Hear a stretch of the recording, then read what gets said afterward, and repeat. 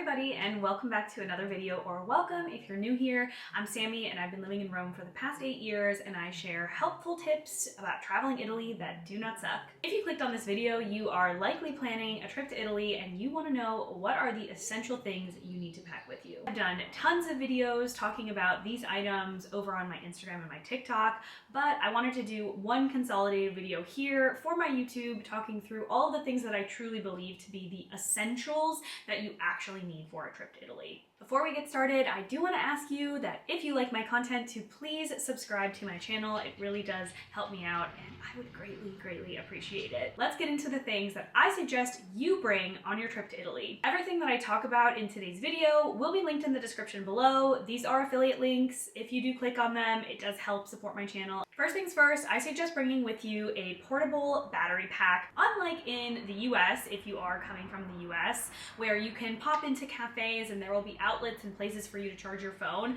This is less common in Italy. You could maybe find them at McDonald's, for instance, but in general, you're gonna be walking around all day. You're gonna be using GPS, you're gonna be taking photos and videos, and this is going to drain your battery. So you are definitely going to want to have a portable battery pack with you. This is the MagSafe one from Anchor. I love this one. It also does have this fun little stand. So if you wanted to like prop it up and use it as a stand to watch videos or whatever, it also has that feature. But honestly, just it being MagSafe and so freaking small makes it my favorite portable charger that I have. You are also going to want to bring with you an outlet adapter. Now, this is not a voltage converter. This simply will change the outlet from your home country to the EU outlet. This is a universal one, so this one has the plugs for both the EU, the UK, and the US and Australia. Push out the one that you need, like this.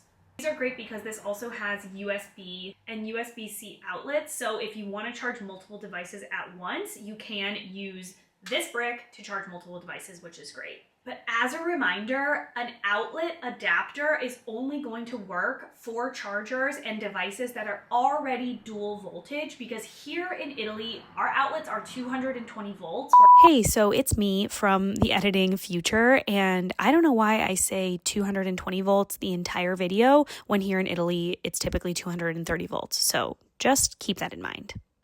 Whereas in the US, it's 110 volts. So if I plug in a device that is not dual voltage, it's gonna get fried because the outlets are so much more powerful here. So make sure your device is dual voltage before you plug it into the wall. Most pieces of technology are dual voltage, so if you're worried about like your phone or a camera, almost all of these are dual voltage. You can just check by looking on the device or Googling it. If you're coming to Italy in summer months, I highly suggest bringing with you a handheld fan, because unlike a lot of other countries where AC can be really strong, here in Italy, it is not even close to what I would get in the US, and having this handheld fan to just get a little bit of air on me when it is 95 degrees, 35 plus degrees Celsius, it just makes all of the difference, and it's going to make your time in Italy in the summer so much more enjoyable. These two essentials go hand in hand because it relates to the bathroom situation in Italy, which, if you're not familiar, can sometimes not be the greatest. There's also a lack of toilet seats. It's a whole thing, but oftentimes you'll find that in maybe bars, or if you're going to the bathroom at Pompeii or something, for example, that there won't be toilet paper. So you can either bring actual little travel packets of toilet paper that they sell on Amazon, or you can just bring with you or pick them up when you're here some little packets of tissues and have these with you when you go into the bathroom, so you're never left hanging in the most literal sense. And along with that, I would say bringing some hand sanitizer is going to be great. Sometimes in Italian bathrooms, they'll have soap, but the hand dryer is like, and it's just really not very powerful, and it honestly also maybe the filter's not the cleanest. So bringing some hand sanitizer with you is going to just make you feel like you're not spreading germs and bacteria after you have done your business. If you are coming to Italy any month that is not the summer, so if you're coming June to September, sometimes at the end of September, I would still suggest bringing this, but outside of those months, the one thing that you're gonna wanna have with you is an umbrella, because there can be intermittent rain. Unfortunately, the ones that you buy from a little mini market or from the guys who appear out of thin air when it starts raining are the absolute worst quality umbrellas you will ever see in your life, and as soon as there's a gust of wind, it will snap backwards and it's basically a disposable umbrella at that point. Also super easy to pack this tiny little umbrella. It takes up no space in your suitcase, and that way you're prepared in case it does happen to rain on your trip. Now this one is for the ladies who are looking for hair tool recommendations for Italy. I get a lot of people asking me if they can bring their hair dryer. I would say there's probably maybe 1% of hair dryers that are going to be dual voltage and will work if you use an outlet adapter. And if you try to plug a hair dryer into a converter, you're going to like probably break the breaker of your hotel that you're staying at. Instead, I would not even bring a hair dryer. Most accommodations have a hair dryer. Even at Airbnbs, that is kind of the one thing they'll give you, even if it's a crappier one. So you either need to buy a hair dryer that is specifically for the EU, so it has an EU plug, or you can purchase a hair tool that has a US plug but is dual voltage. So the two that I have here, one is a curling wand. This is like a $30 bed head wand. I have literally had this since I studied abroad.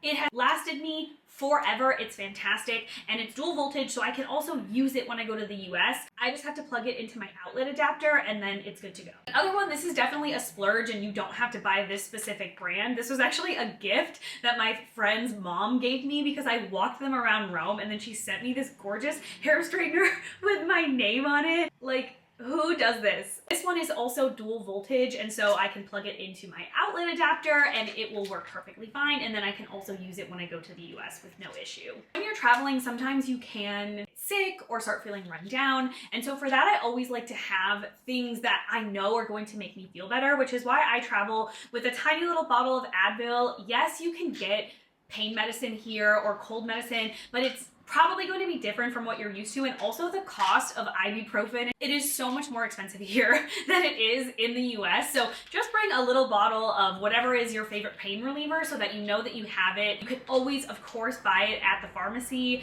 when you're here if you don't bring it, but again, it's so much more expensive. Like, you'll literally get 12 pills and it will cost you 4 euros, whereas you could get, 100 pills from Walmart for 3. The other thing I always suggest people to bring as well is some sort of electrolyte packet. This is Element, which is my personal favorite because I love the salty flavor, but you can also use Liquid IV. There's other off brands. I'm sure there's other brands that have launched since I've moved to Italy, but this one is my personal favorite. It's going to be likely much more active than you would be on your day-to-day life. If you're coming during hot months, you're going to be sweating and losing a lot of water. If you're not used to drinking so much water throughout the day, this is going to help keep you hydrated even though you're drinking less water. Another thing I suggest bringing is some sort of vitamin C packet. I don't actually have any of my emergency left. If you're coming to Italy in the next few months and you will bring me emergency, I will literally pay you because I'm out of emergency and I honestly love it. I do have like an Italian version from the pharmacy here, but it's just not as good, okay? And speaking of staying hydrated, I definitely suggest bringing a refillable water bottle with you. This is one that I have. This is a thermal one, so it's gonna keep your water nice and cold. This is a brand called 24 Bottles.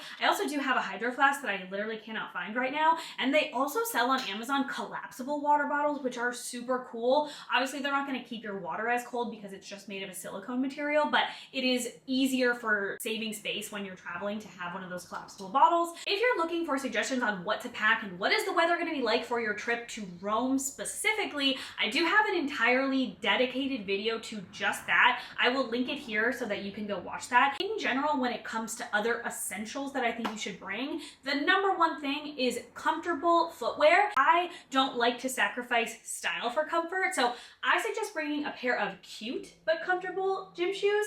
So these are New Balance 574s. These are my personal holy grail. I think that they are so cute. They are so comfortable. I have gone through multiple pairs of these. I love them. I will link in the description below other cute and comfortable sneakers that I do suggest. I would say that pretty much covers all of the items that I would define as essentials for any traveler to Italy. And if this video was helpful, I would really appreciate it if you would give it a thumbs up and subscribe so that you don't miss my future videos. See you in the next one. Ciao!